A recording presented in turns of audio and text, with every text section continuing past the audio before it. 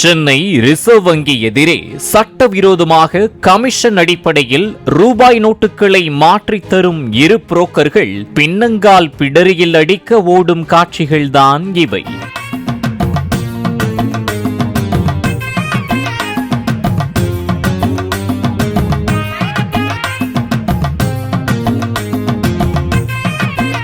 குறிப்பாக பாரிமுனையில் உள்ள ரிசர்வ் வங்கிக்கு கிழிந்த ரூபாய் நோட்டுகளை மாற்ற சென்றாலோ அல்லது புதிய கரன்சி ரூபாய்களை பெற சென்றாலோ 2 இடங்களில் பாஸ் வாங்கப்பட்ட பிறகு அனுமதிக்கப்படுகின்றனர்.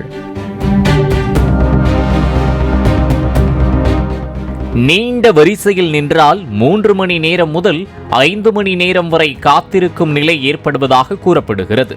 அப்படி நீண்ட வரிசையில் நிற்க முடியாத வாடிக்கையாளர்களை குறிவைத்து புரோக்கர்கள் சிலர் ரிசர்வ் வங்கி வெளிப்புறத்தில் சாலையில் நடைபாதை ஓரத்தில் கூலாக அமர்ந்து கமிஷன் அடிப்படையில் புதிய பணத்தை கொடுத்து பழைய பணத்தை பெற்று வந்தனர்.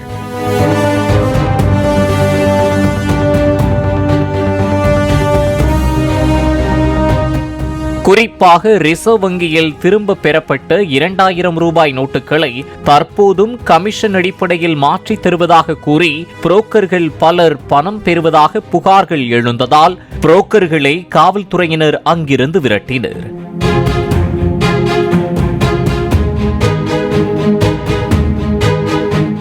இந்த நிலையில் இதனை மீறி 2 நபர்கள் புதிய கரன்சி ரூபாய் நோட்டுகளை வைத்துக் கொண்டு சட்டவிரோதமாக பண பரிமாற்றத்தில் ஈடுபட்டதை நமது ஒளிப்பதிவாளர் படம் பிடித்தார்.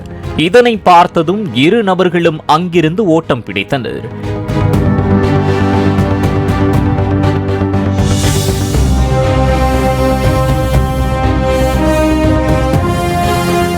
ஒருவர் தனது இருசக்கர வாகனத்தை எடுத்துக்கொண்டு சிட்டாக பறக்க என்ன செய்வது என்று தெரியாமல் திகைத்து போய் நின்ற மற்றொரு நபர் அருகில் நின்று கொண்டிருந்த ஆட்டோவில் கிடுகிடுவென ஏறி தான் வைத்திருந்த பண மூட்டைகள் மற்றும் சில்லறை மூட்டைகளை கொண்டு சென்று அடுக்கி தப்பினார்.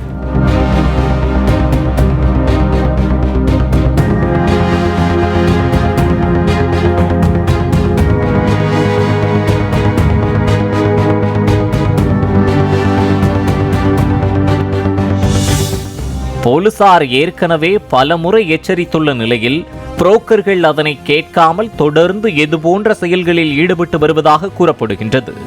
பாலிமர் செய்திகளுக்காக ஒளிப்பதிவாளர் பாபுவுடன் செய்தியாளர் முனாஃப்.